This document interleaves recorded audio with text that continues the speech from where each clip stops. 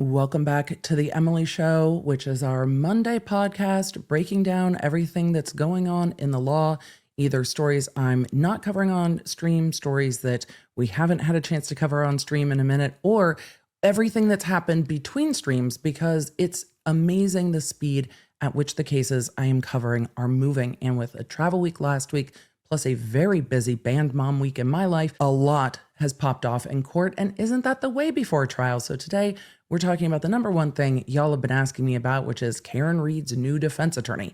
I know, is this going to impact the trial?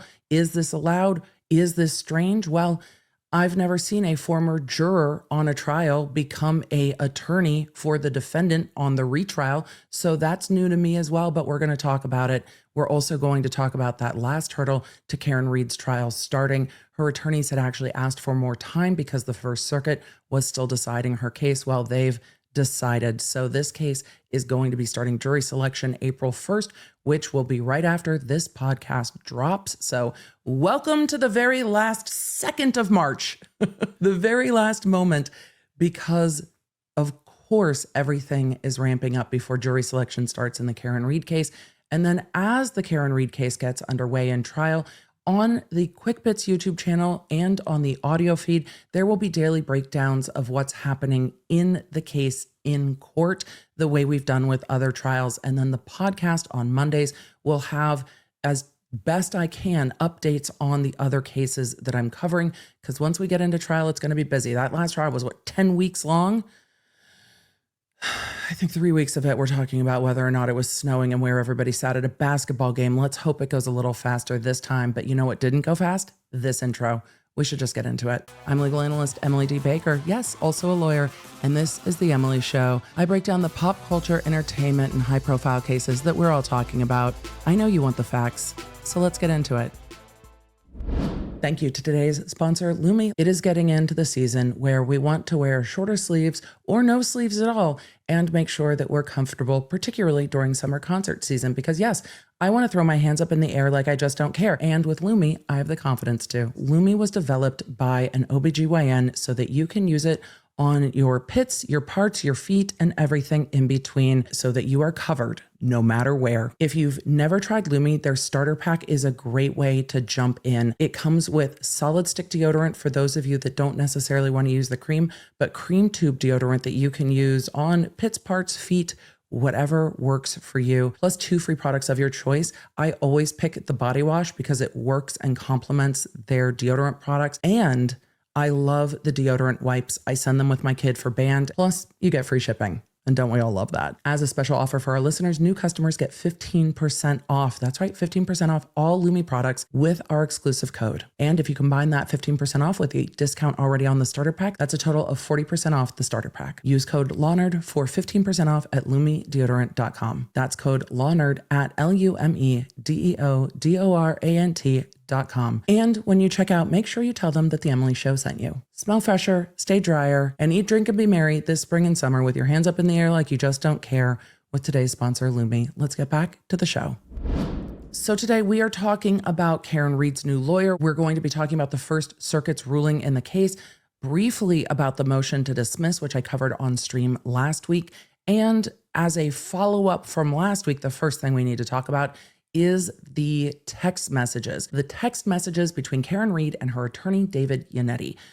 We were back in court last week. I was traveling and covered it on like a 1-day delay because I was literally on a plane with no Wi-Fi. Nothing a girl can do. But it was very interesting to see the judge cut off the defense in the hearing as the defense was arguing against turning over David Yannetti's text messages with Karen Reed. With that law jurisprudential predicate in mind, I now turn to the statements at issue here and their import to that analysis. You know what, Mr. Leslie, I'm going to stop you. I understand the Commonwealth's argument regarding waiver. I understand that the request is narrowly tailored. I'm not going to give you this information, Mr. Brennan. I don't even think it's appropriate from my eyes, so the motion is denied. And I talked about the motions on the last episode of the Emily Show, and the court cut off attorney Alessi and said, basically, I'm going to stop you right there. I'm not granting this motion. Say less. Alessi's face was like, what is she about to do? And the court's like, say less. I'm not turning this over. I think a huge factor in that decision is that the statements the prosecution was leaning into, where they say that Karen Reed waived privilege with her attorney to turn over those conversations, some of those are quite similar to what was said in previous interviews. And those were months and months and months ago. So waiting till the last minute, I think, was a huge factor for the court. And it can open up a massive can of worms turning over those text messages. Now, the statements Karen Reed made of, I said this, my attorney told me that, those statements may still come in, but the actual physical text messages are not getting turned over to the prosecutor. So how many of Karen Reed's statements that she made to the media will be used in this trial? Probably a lot. We've seen a much more aggressive approach from the Commonwealth going after things Karen Reed is telling the media. We did not see that with Adam Lally, who seemed to not want to deal with any statements made outside of court at all, and brought in a very minimal statement from Karen Reed's booking, a statement in the first trial that I actually thought was more helpful to Karen Reed, because the statement that Lally brought in from booking was Karen Reed saying to the booking officers, you know, we're all in on the same joke, right? He was beaten up, and it was not an admission of guilt. It went very much along the lines of what she had been saying in her defense through her attorneys. And that was really the only statement, other than voicemails to the victim and what she said to others the day of John O'Keefe's death. We didn't see a lot of statements from her being brought in. That's going to be different this trial. I expect a lot's going to be different on the retrial. I'll be live streaming it day in and day out. If you want to stay in the loop with that, lawnerdapp.com is our free app. I will tell you not only when I'm going live, but also when we get to some of the key witnesses that you might not want to miss, because who has time to sit through an entire trial? Some of us get to watch for work, me. Some of y'all get to watch in the background for work, but some of you are like, girl, I cannot. I get it. But there are some witnesses you might not want to miss. And when those witnesses take the stand, I will send you out an alert telling you who is taking the stand and what's happening in the case, because you never, ever know. Sometimes truth is stranger than fiction. Emily, is that going to be the last musical reference today? No, surely not, because we are indeed shipping up to Boston so much in this case that we can't help ourselves. Last week on stream, I also covered the fact that the court denied the motion to dismiss. I suspected that was going to be the court's ruling. I am not surprised that that was the court's ruling.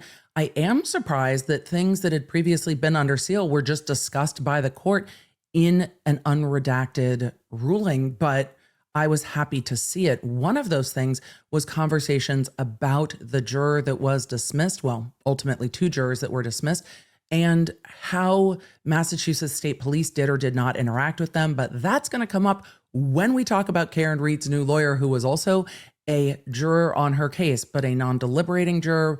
But I get ahead of myself. So that motion to dismiss, there is more to parse through there, but I really wanted to go to the First Circuit's ruling, because the First Circuit's ruling, it's like most appellate courts, it's written very clearly, but the First Circuit's ruling is something we have not had a chance to go over yet in any way. And I wanted to cover it before we get into all the last minute motions that are piling in before jury selection starts on Tuesday. So when I stream on Tuesday, we're going to be going over all the last minute motions. We're not going to have a stream into jury selection. That's going to be private. Jury selection in the Karen Reed case will probably take a few weeks, given the high profile nature of the case and the individual nature of a lot of the voir dire. First, the jurors are going to come in and need to fill out the questionnaires. Then the attorneys are going to need to see if any of the jurors need to just be removed from the pile, as it were, immediate yeet, not even a seat from those questionnaires. Then they're going to go through that one-on-one voir dire where the attorneys and the judge can ask the juror follow-up questions on their questionnaire. And because there is so much known in this case, you don't want one juror to be like, well, I saw this interview or I saw this thing on ID Discovery or whatever it is, and then have the rest of the jury pool now exposed to that information. So they're going to go one by one, and it's going to take more time than last trial because of the additional publicity. People who might not have heard about the case before the first trial might have caught interest when there was a mistrial and then kind of tuned in and followed up and went back and watched because it was all streamed. So I think the jury pool exposure is greater now than it was before the first trial. It took 2 weeks to pick a jury in the first trial. I imagine it's going to take longer than that. The defense had asked, and you might remember the defense asking for a little bit more time because the appellate court was still outstanding. They are now resolved. And the court said, we might not even get to opening this case until April 28th. So the court is essentially setting aside the month of April for jury selection, which will bump us into some other cases starting in May. And we're going to have to figure it out together, but we will. Because for those of you that watched the first trial or tuned in midway through or after, a lot of us are really deeply invested in seeing what happens in this case and how it plays out in court and if the jury is able to decide this time. So with the amount of lingering questions, it's really difficult at this point to switch to a different case until this one is resolved. That doesn't mean I won't be covering other cases here. I just am hoping to have a little bit of time to read through the hundreds and hundreds of pages of motions and other cases that I've needed to cover. And in April, we've got a bunch of pretrial hearings in the Koberger case in Idaho that I will be covering as well while the jury selection is going on in the Karen Reed case. We're going to be busy, law nerds. We're going to have a lot of live court over on the live channel. I know how much you love live court with lawyer commentary. I do too. I love following live court with y'all. It's why I got a stand desk. It's so we can stream together and still not sit for 7 hours a day. I'm ready for it. But one of the things the defense had asked for was more time. It looks like we might get to opening statements, or the court anticipates maybe around April 28th. We'll see. It's really way too early to tell. But now that the First Circuit is resolved, it really doesn't give the defense much to push back on for less time. And I think if I were the defense now, with the amount of information that the Commonwealth is going after, I might want to push to start sooner rather than later, because the manpower on the defense team is greater at this point than the manpower on the prosecution side. We are taking a look together at the United States Court of Appeals First Circuit decision in the Karen Reed case from March 27th. That's Thursday last week. We're going to look real quickly at their positioning of the case and then hop through their determination of how the law plays out in Massachusetts, because it answers that question about double jeopardy. They lay the arguments out so well. Instead of just telling you what I'm going to tell you and then letting them tell you, I'm just going to let them tell you, because they're the appellate judges. And I will also link this opinion in the description of this video on YouTube and share it in the app for any of you that would like to read the entirety of the opinion yourself. What I appreciate about this appellate court is I think that their writing is incredibly clear.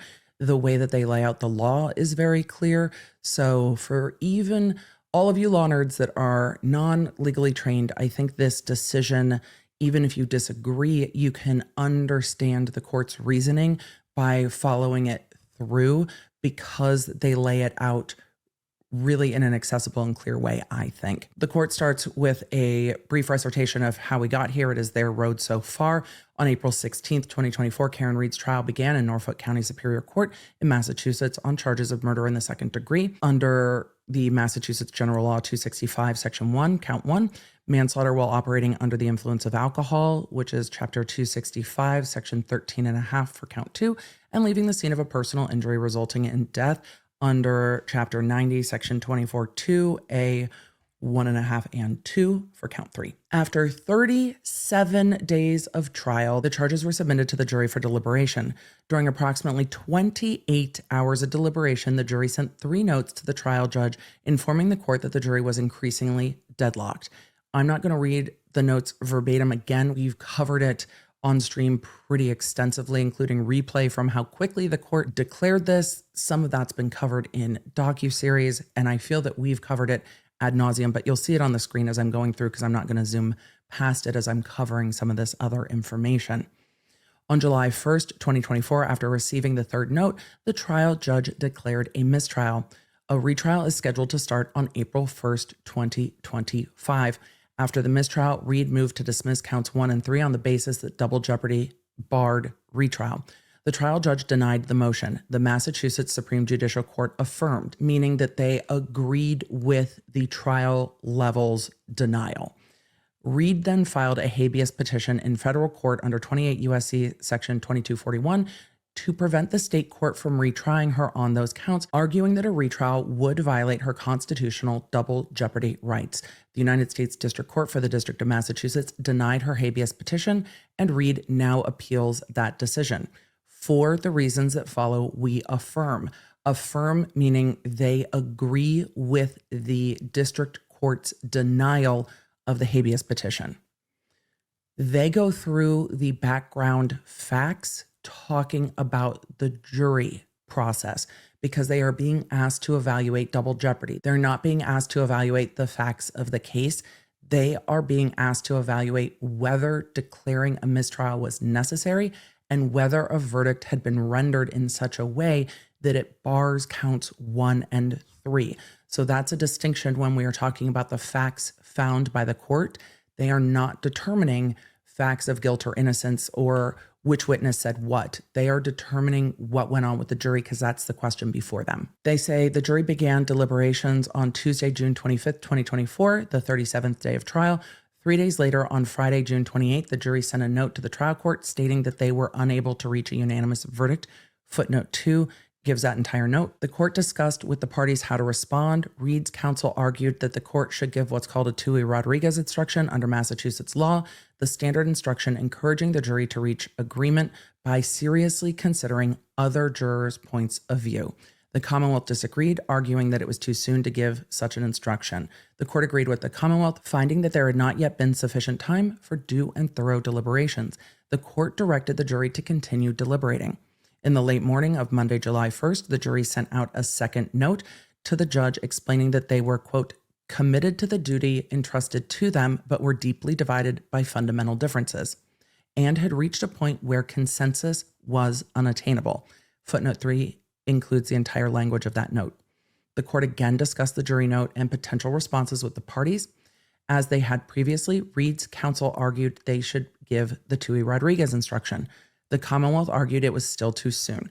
And the reason there's argument back and forth is because once the Tui Rodriguez instruction is given, remember the next step, if the jury cannot reach a verdict, is a mistrial. So the defense is like, give the instruction. The Commonwealth is like, not yet. The only way a jury can go back and deliberate after that instruction is given in Massachusetts is with their consent. And it seemed increasingly from these notes that the jury would not consent to go back and deliberate.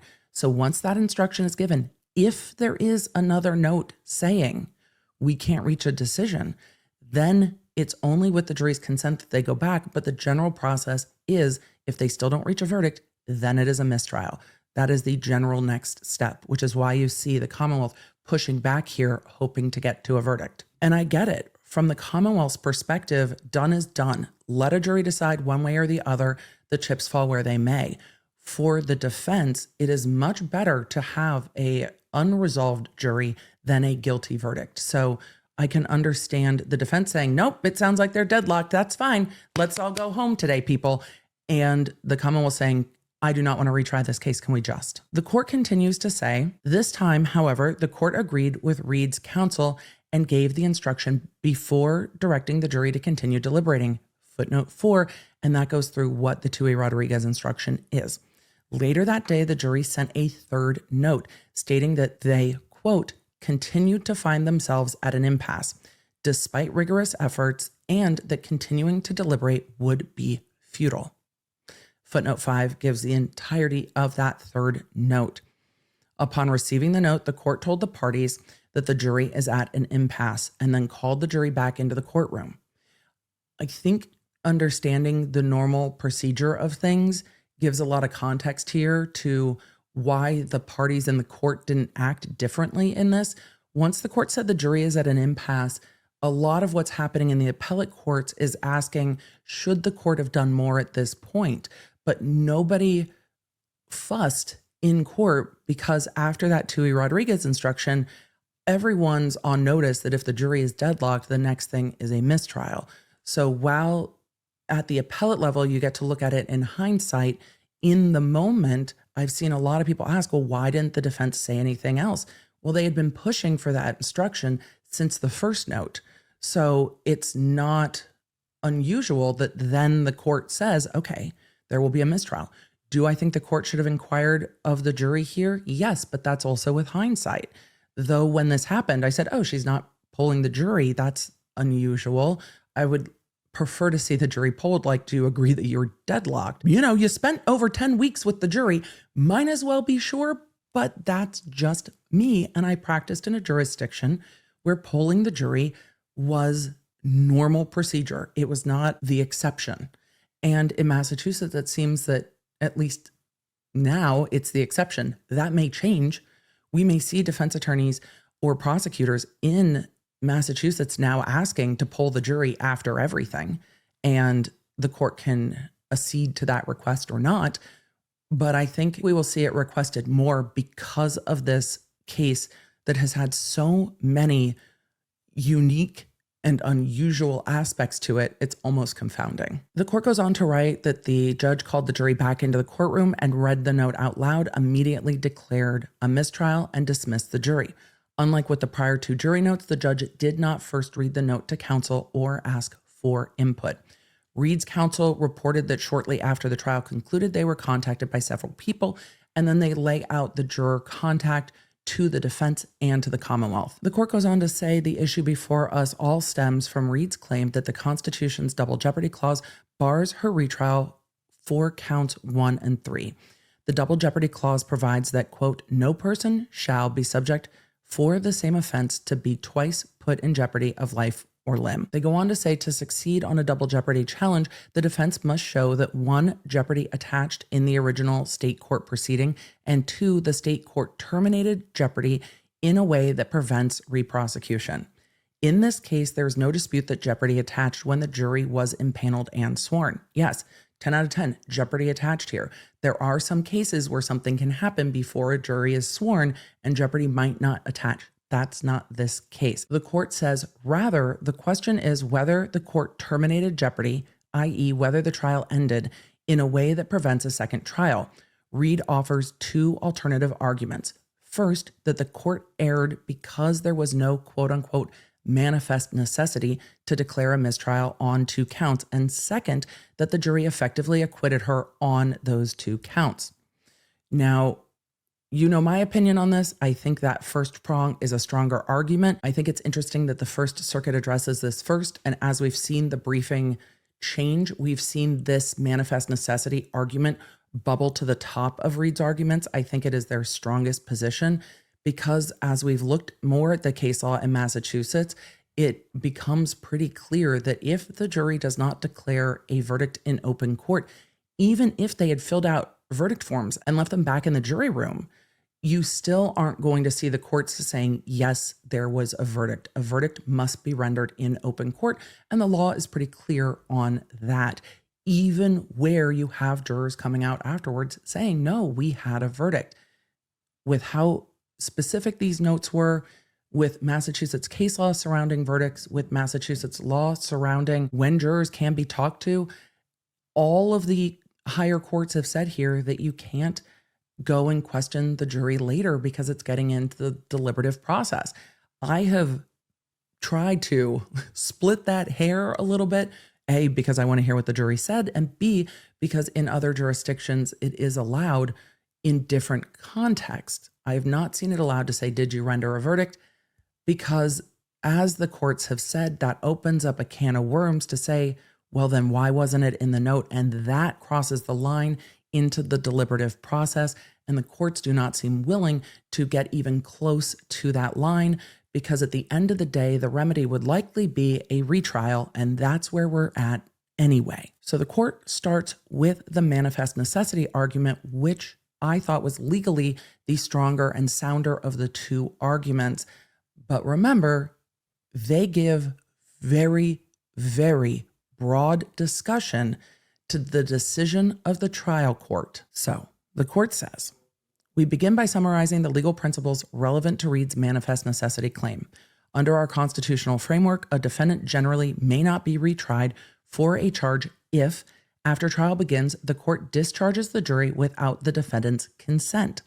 This stems from a defendant's, quote, valued right to have their trial completed by a particular tribunal. the jury that they've picked and paneled and argued to. The court goes on to say, but this right is not absolute.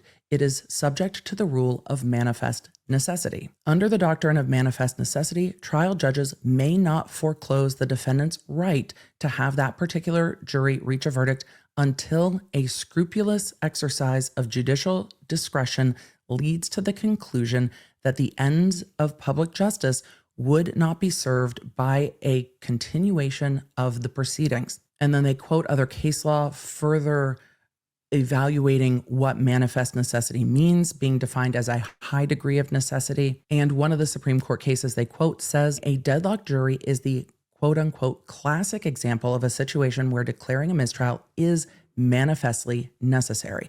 And it truly is the case where a mistrial is absolutely necessary because a jury can't reach a verdict, and then you can proceed to a retrial. In quoting that same case, the court says the government may then retry the defendant for the same charge or charges on which the jury deadlocked. And then they go on to line out the arguments, saying that Reed argues that the trial judge made a precipitous decision in declaring a mistrial, emphasizing that only 2 minutes passed between the trial court announcing that it had received a third jury note by stating the jury is at an impasse and discharging the jury. Reed also argues that the record suggests that the court did not consider alternatives to declaring a mistrial or even discuss the possibility of a mistrial with the parties. In response, the Commonwealth counsels that we take a broader view of the relevant timeline. It argues that the trial court took careful steps throughout deliberations in responding to the jury's notes and only declared a mistrial when it was clear after the third such note that the jury was truly deadlocked. The Commonwealth further argues that federal courts have never required a trial court to take any particular steps when confronted with a deadlocked jury, and that the judge exercised sound discretion under these circumstances. In addition, the Commonwealth argues that, contrary to Reed's suggestion, the trial judge was not required to ask the jury about a particular verdict or poll individual jurors, as doing so may have improperly risked coercing a verdict, and Massachusetts has quite a lot of case law on that point. The court goes on to say, in determining whether the declaration of a mistrial reflected the trial judge's sound discretion and was, quote, reasonably necessary under all the circumstances, we consider whether the district court explored other options, gave counsel the opportunity to object, and acted after sufficient reflection. The court goes on to say, we agree with the Commonwealth and the district court that we must consider the trial court's actions throughout jury deliberations and not limit our review solely to the court's response to the third jury note. So it needs a broader view, and it needs context because judges' decisions are made not in a vacuum, but in the context of what's been ongoing. The court says, thus, we return to the judge's actions during that period. Recall that the trial judge received the first jury note about its difficulty in reaching a unanimous verdict after the jury had been deliberating about 19 hours. That is a considered amount of deliberation for any jury. The court says upon receiving the note, the trial judge shared it with counsel and heard arguments on how to respond.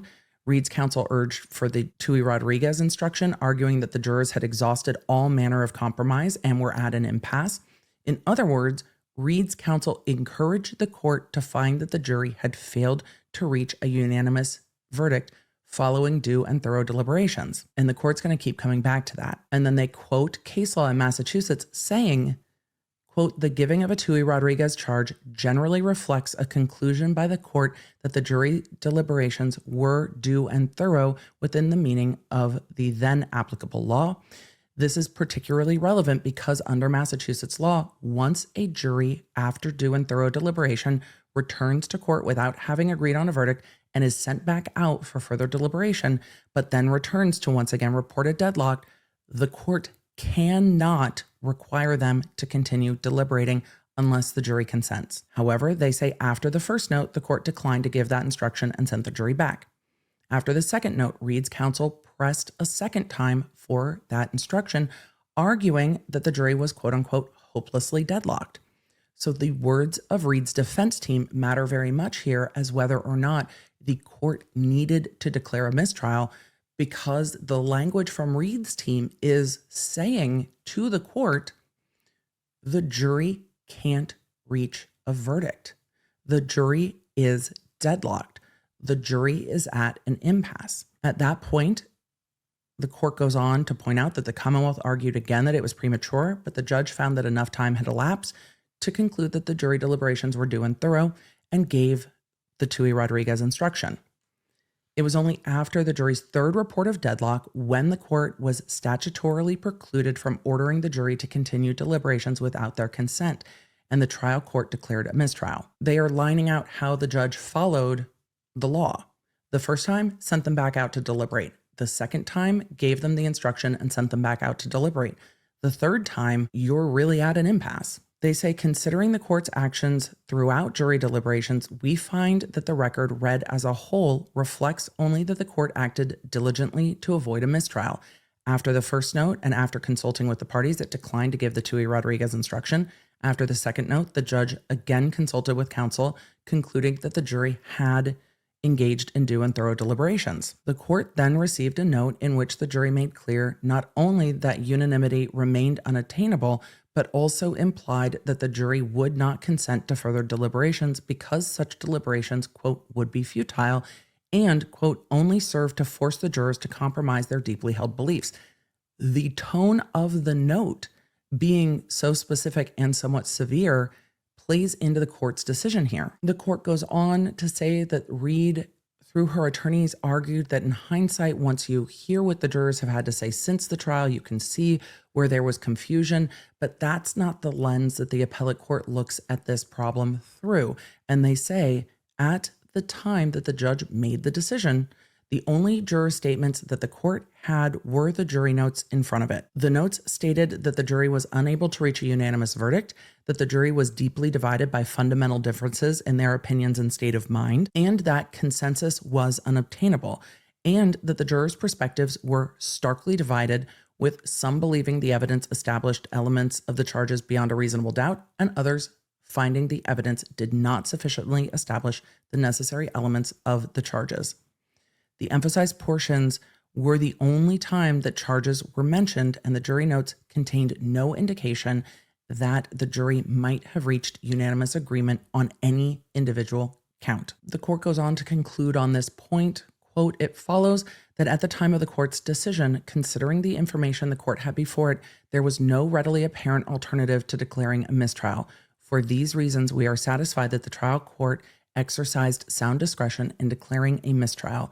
And then they go on to talk about whether or not there was an acquittal and saying, like all the other courts before the appellate court have said, that a verdict must be rendered in open court. Is this an unbelievable cluster? Yes. Is this a very unusual and unique situation? Yes.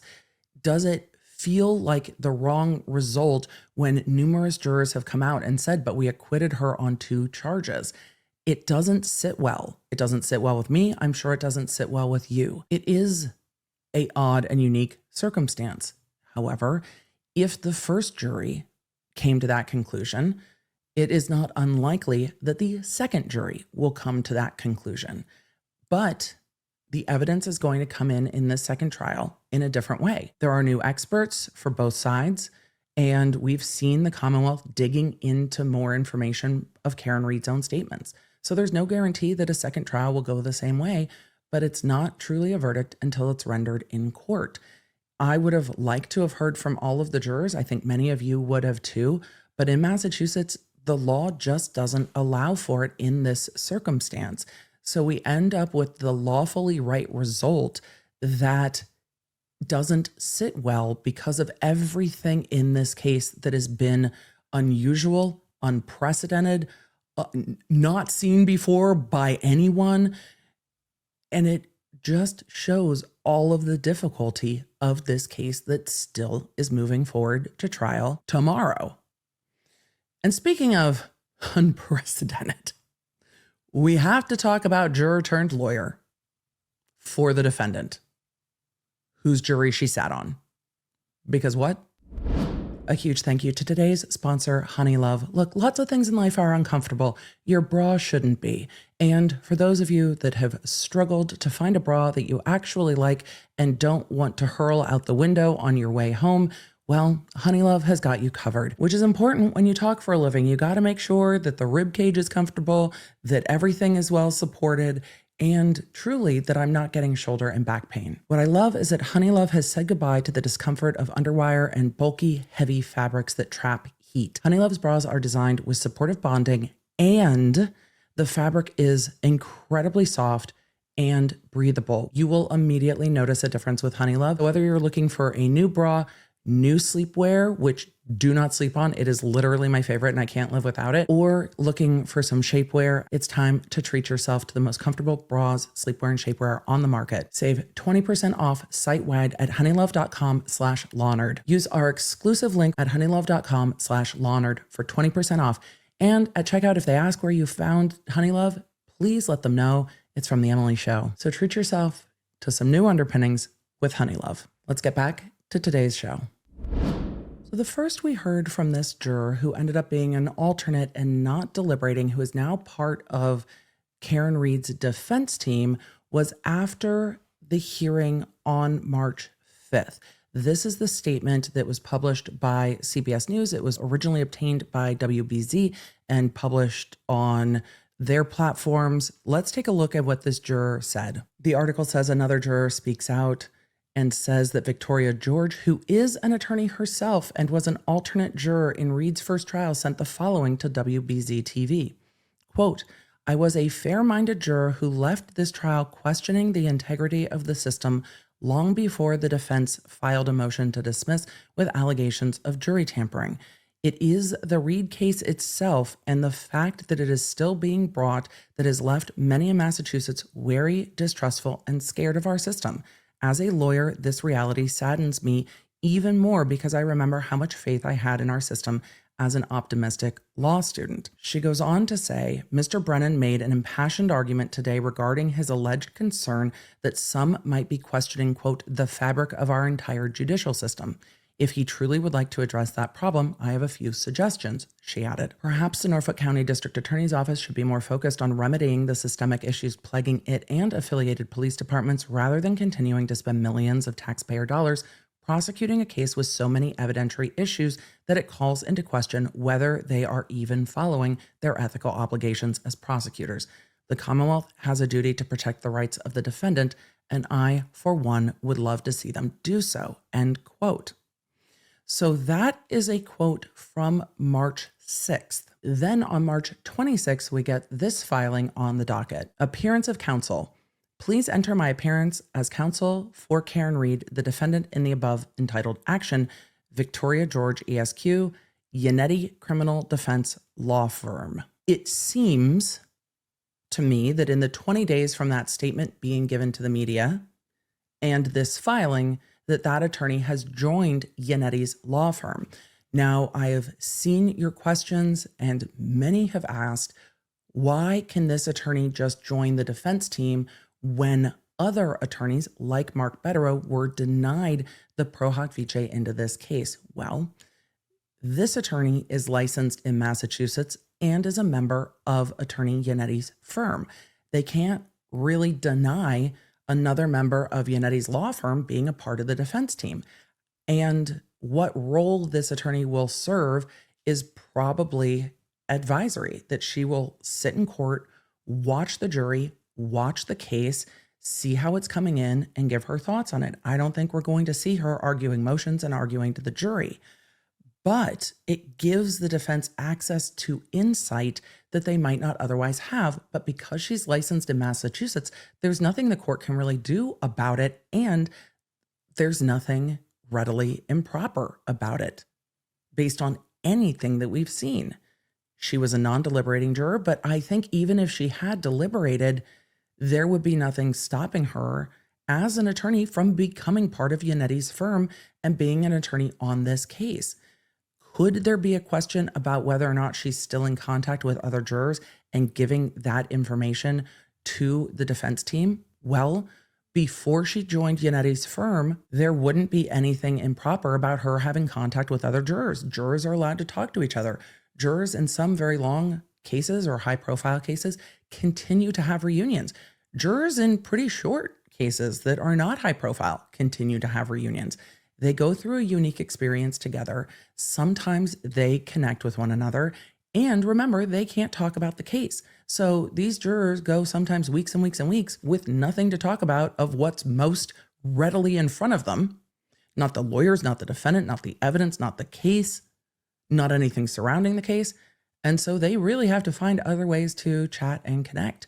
So if this attorney, as an alternate, stayed in contact with any of the other jurors and knew their opinions, knew about their deliberations, there's nothing to block her from sharing that information with the defense team. Once she becomes a member of the defense team, I think that's where we then get roadblocks between her and previous jurors on the case, because that steps into the boundaries of where attorneys on a case can have conversations with jurors. And Massachusetts puts up some roadblocks there that I've not seen in other jurisdictions. And then we have another question. Remember, there is now a gag order in this case. And on March 26th, Vanity Fair published an interview with this attorney. So was this interview given before March 26th? Probably. Is it cutting it real close on announcing that you're now a defense attorney in this case the same day that a Vanity Fair article drops? Probably. But is there much that the prosecution and the court can do about it? Probably not, because that gag order wouldn't have applied on March 25th before this attorney made an appearance in the case. Is that a calculated move? Likely. I don't think it's coincidence that this article and the notice of appearance dropped on the exact same day. And you probably can try to convince me that that's just a wild coincidence, but the timing seems a bit too specific. So let's take a look at what this interview said and if it raises any issues with the gag order. But here, I think the timing is really going to squeak by on she wasn't an attorney in the case yet. We don't know when she joined the Yannetti law firm, and all the lawyers in a given law firm aren't precluded from making statements. It's the attorneys on this case, and she is now one of them. So this is published March 26, 2025, exclusive. A juror from Karen Reed's first murder trial has joined her defense team. In her only interview, Victoria George told Vanity Fair, quote, "I waited for nearly a year after the mistrial, hoping the court system would work as intended to remedy some of the wrongs in this case." The article says that when Victoria George got the jury summons for the first Karen Reed murder trial outside of Boston in 2024, she didn't balk. A Princeton graduate who grew up obsessed with the Supreme Court, interned with a federal judge, and got her JD from Northeastern University School of Law in Boston, George says she feels a civic obligation to participate in the oft-dreaded enlistment. I wonder how many law nerds dread jury duty after watching cases with us, or if they're like, dude, something's going to pop off. Give me the tea. I've felt this way. I still feel this way, that it is part of how our system works is by everyday citizens going in and sitting for jury duty. I get it. Lawyers can be very idealistic in that way and very rule followy in that way. It goes on to say by the time she turned 34 last year, the employment lawyer had already served on 2 prior juries and acted as a foreperson. Okay, how is this lawyer getting called for jury duty so often and getting seated on juries? Because it never happened for me. I've been called to jury duty. I've gone through the seat and yeet. Always yeet. I bet the employment law has something to do with it. It's way different than being in the criminal system. The article goes on to say George, who joined Reed's legal team on Wednesday, was too busy caring for her 2 small children and grieving her mother, who died in 2023, to pay much attention and was therefore qualified as a juror. I also get that. People ask in all of these cases that are super high profile, how do you find a jury? And you often find people who just have other shit going on. And that's true in the Depp v. Heard case, even though I think there was more of a like, there's a percentage of people that are just like, miss me with the pop culture. But in high profile cases, if your life is busy, you're like, I literally don't have time. We'll see how that goes this time when they try to pick a jury. She said, quote, "I was able to be a juror because I believed that the state court system was going to give her a fair trial," she told Vanity Fair weeks before she joined the team. "I've been trying to continue to believe in justice for a while." Look, they made particular note, and I'm sure that they gave notes to the woman writing this article, that it had to be made clear that this interview isn't cutting it close with the gag order. And I don't think that's by happenstance. They go on to say George is a conscientious rule follower. So many lawyers are, and I think that's a good thing. I think when you are a somewhat strict rule follower as a lawyer, especially as a prosecutor, it inures to your benefit. It's like, no, Your Honor, I'm going to follow all the rules. And I don't even want to get close to the gray zone on those rules. I wish we saw that more in this case, especially when it came to discovery. George is a conscientious rule follower. Once during the trial, she drove past a free Karen Reed billboard outside of Gillette Stadium. She told Norfolk County Superior Court Judge Beverly Cannoni to make sure she was on the up and up. The court assured her she was, because the court says if you hear or see anything about this case, seeing a billboard is seeing something about this case. The article goes on to say during 9 weeks of trial, she says that she and other jurors stretched conversation limits to avoid talk of the case, which could not begin until deliberations. When another fellow juror began to openly criticize Reed before deliberations began, according to several jurors, she and her peers reported the person to Cannoni. The juror they reported was dismissed. We're going to talk about that a bit more because it's in the motion to dismiss. It goes on to say that for George, the fulcrum trial moment was when Massachusetts State Police Trooper Michael Proctor, the lead investigator on Reed's case, read aloud the text messages he had sent friends and supervisors only 16 hours into the investigation. Quote, "There will be serious charges brought on the girl. She's a whack job, C-U-N-T. And yes, he tried to spell it in court, and the court's like, did you spell it or did you say it? And he's like, I said it, so he said it. And then YouTube went, not the C word. The text message goes on to say, 0 chance she skates. She's fucked. When someone on the text chain surmised that the homeowner on whose property O'Keefe was found would surely, quote, receive some shit as well, Proctor responded, quote, nope. Homeowner's a Boston cop too. Proctor later called the text unprofessional and regrettable. Earlier this month, they note the Massachusetts State Police fired Proctor for quote unquote unprofessional conduct during the investigation of Reed. I am not surprised that for a lawyer or anyone that those text messages would be a what now moment that leads you to question everything in this investigation. George goes on to explain why this moment mattered for her in the trial, saying, knowing he was the lead investigator and based on his own words, he had a pretty strong personal bias against the person in the defendant's chair. How do you ever trust the evidence coming from his investigation? On the day of closing arguments, a juror who appeared sympathetic to the defense was dismissed. I don't know how they ascertained that, but it goes on to say, as revealed in court earlier this month, the dismissal was prompted by Massachusetts State Police Officer John Fanning, one of Proctor's supervisors, who Reed's lawyer Alan Jackson said had been on the quote-unquote whack job text chain. When huddled at sidebar to discuss the reason for the juror's dismissal, Reed's lawyers Jackson, Yannetti, and Little learned that Fanning, an investigator on the case working out of the DA's office, had that morning reported an alleged incident he had not personally witnessed that supposedly took place several weeks prior. Quote, there was no evidence presented at the time, as the court knows, Jackson told Cannoni during a fire exchange in his motion to dismiss argument on March 5th. There was no declaration, there was no report, there was no supporting documentation whatsoever. Over the defense's objection, this very potentially defense-friendly juror was then excused. I asked the court to take evidence from Lieutenant Fanning. The court declined that invitation. Cannoni did not dispute Jackson's recollection of the events, but asserted that Fanning did not have direct or indirect access to the jury. The article goes on to say, in the state of Massachusetts, alternate jurors are selected at the end of trial. Several hours after the aforementioned juror's dismissal, the clerk magistrate rotated a box on a spindle and pulled out 2 tiles. He did not show the numbers to the court. I don't remember if he did or didn't, but that's what the article is reporting, but said that they belonged to George and the other juror who reported the critical juror to the judge.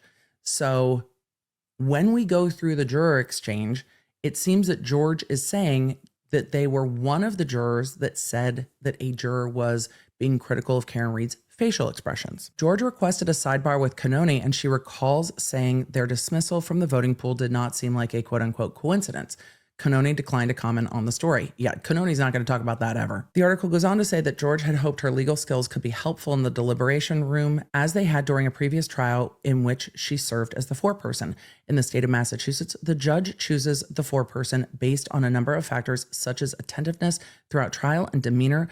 Other times, the decision can be made arbitrarily based on seat number. Again, it's weird to me. It's just a different process. If that's how it's done, that's how it's done. And Judge Cannoni would surely say to me, well, that's how it's done in Massachusetts, Ms. Baker. This isn't California. Yeah, I get it.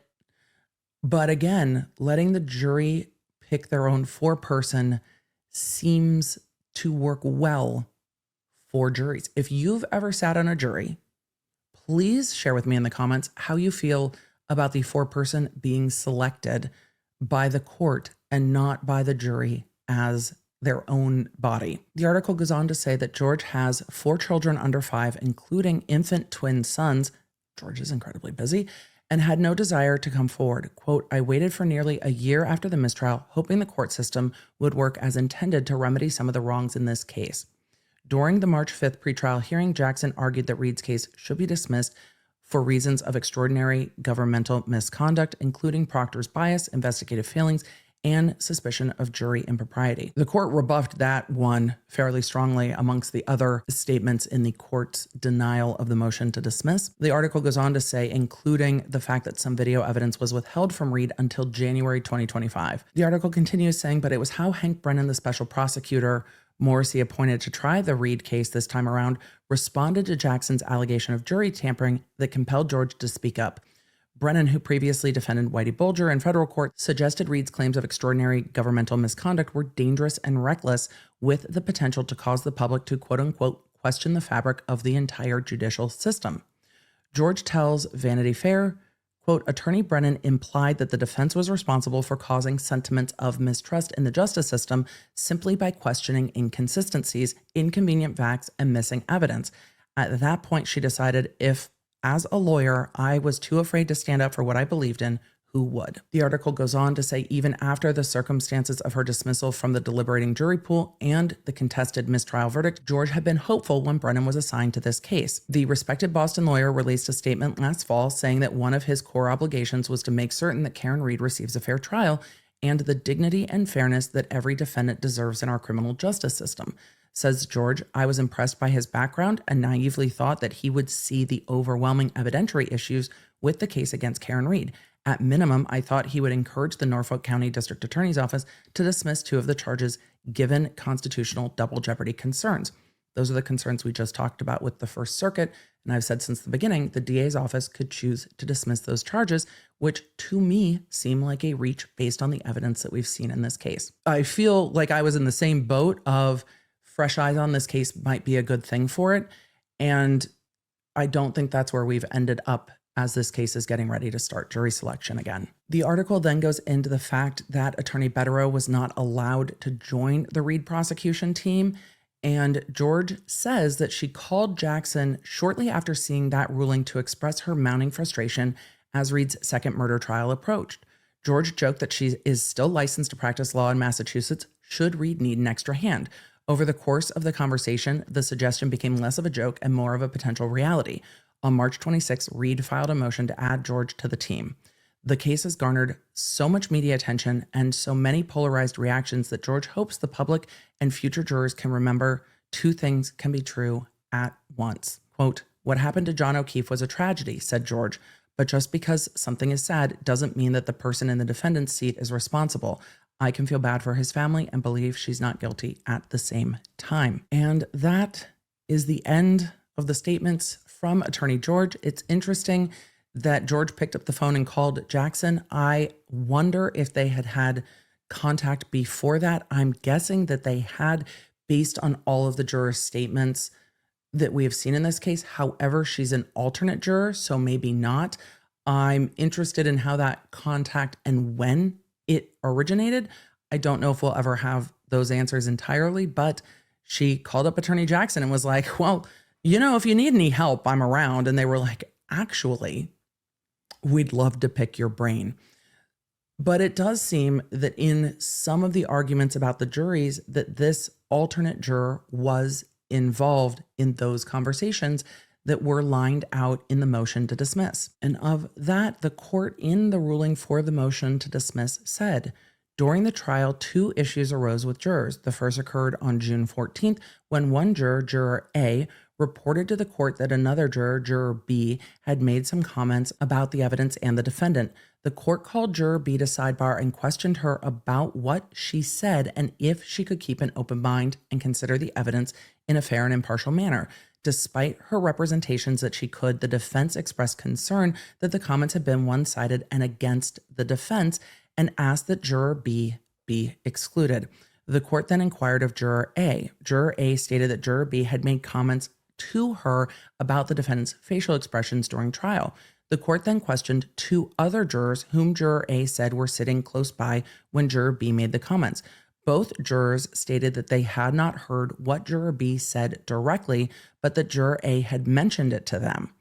So I'm wondering if the new member of Karen Reed's team was one of those two jurors who Juror A spoke to, because it doesn't seem that this new member of the defense team is Juror A and is clearly not Juror B. They say the court then called back Juror B, who denied making any negative comments about the defendant. After questioning the jurors, the court consulted with counsel. The Commonwealth expressed that if the court struck Juror B, it should also strike Juror A. The defense disagreed as to Juror A. The court ultimately decided to dismiss just Juror B from the jury. And then the court gets into issues with Juror A and whether or not Juror A had been talking about the case at the Foreign Legion or somewhere of the like, and then that juror was dismissed prior to deliberating. But I wonder if those other two jurors who Juror A spoke with ended up being the two alternates. It seems that that's what's indicated in the Vanity Fair article and what the juror, now part of the defense team, is indicating happened. So with all of this, there is so much going on in this case that's getting ready for jury selection. I don't think it's going to slow down anytime soon. So I will be covering Karen Reed's trial on live stream. So if you want live legal commentary, you want all the lawyer thoughts, and the incredible Law Nerd chat, don't forget to get the Law Nerd app at lawnerdapp.com and join us so you have someone to chat about with this case while it's happening. We have the best chat on the internet. And after that case wraps up, I am looking towards covering the Corey Richins case. Donna Adelson's going to trial. And then, of course, the Kohberger case. There will be hearings in Kohberger coming up in early April that I will be covering. So if you are ready for your number one go-to destination to watch live court, well, I've got you covered. If you just want summaries of the other cases and are looking forward to those summaries, not including just the Karen Reed and Kohberger cases, don't worry, that's coming up for you too, because the Quick Bits channel on YouTube will have the breakdown clips from the days in court, along with a new episode on Monday, this episode of The Emily Show, breaking down what else is going on in the law. I've already got a list of other things we need to cover, and I look forward to getting to them. But as this case speeds towards trial, this needed to get covered. So let me know what you think in the comments down below. Let me know what cases you are looking forward to me getting back to, and I will see you in the next one. Thanks for being here. Thanks for being a Law Nerd, and may the odds be ever in your favor.